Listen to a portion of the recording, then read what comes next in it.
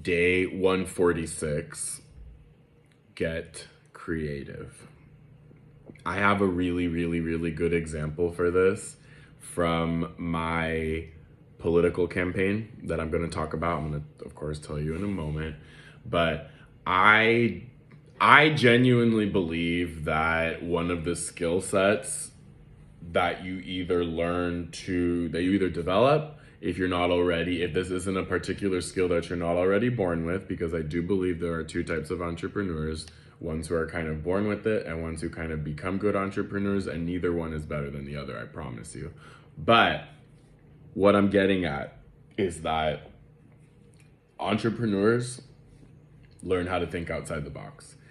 There are people that kind of have a skill for that, like they have an inborn talent for that, and then there's the entrepreneurs that kind of develop that after years.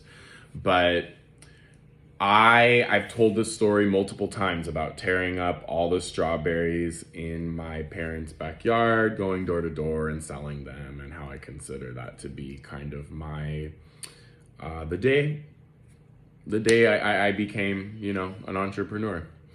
And I've always been, the kind of person that thinks outside the box, the kind of person that thinks differently. And I would attribute a certain amount of my success to that. Of course, there's other factors, but that's what I want to focus on in this video. And you're going to see where I take this again right now, because like I said, the perfect example that I want to show you is from my political campaign. So without going into details, political parties, which by the way, in the United States, they're both the same. So when I ran my congressional campaign, I read the autobiography of arguably the most successful politician in United States history.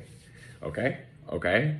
And many people think this man is evil. I also happen to think this individual is quite evil. There's a difference between multiple things can be true.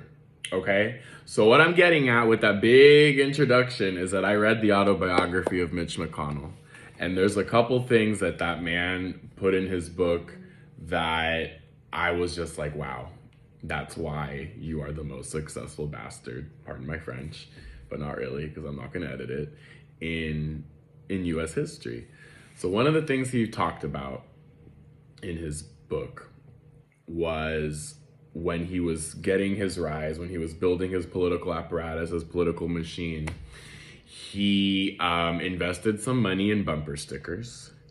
And I remember that he was talking, it says honey, by the way. I need to buy honey for my tea.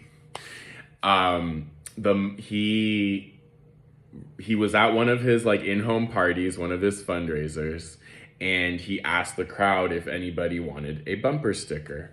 So when people raised their hands, he had his aides go to these people individually, get their license plate numbers, and then go out to the parking lot and put the bumper sticker on the car themselves. Freaking genius. Evil genius, but genius nonetheless. That's one of the things that just really spoke to me. The second thing that really spoke to me in the book, and I would encourage it, I would highly recommend you read the book. You can't know your enemy if you don't know how they think. If you can't plot against your enemy, you can't strategize against your enemy if you don't know how they think, if you don't know how they work. But the other part of the book that really spoke to me was he describes a meeting that he had with Bill Gates, richest man in the world at the time, you get it.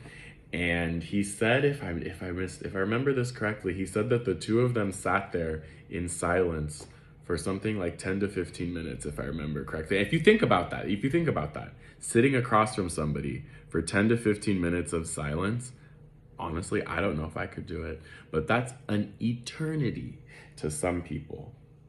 And as he talked about this interaction and this experience, he said, and I know I've talked about this in some of my videos, again, I 100% learned this from Mitch McConnell, But he talked about how we as human beings, we are not comfortable with silence. We like to do things to fill in, fill in the noise, and that you should learn to be comfortable with silence. And again, I'm just picturing these two, very powerful white men sitting across from each other and arguably having a lot of patience. I mean, that comes with privilege, but anyway, get creative. That helps you learn how to think outside the box. And the most successful people in the world are the creatives. And I've already said this in other videos, but literally Einstein said that genius is 99% perspiration, 1% inspiration. He did say that, but that's not the quote I'm looking for. The one I'm looking for is where he talks about imagination being more important than logic and more important than reason. So get creative.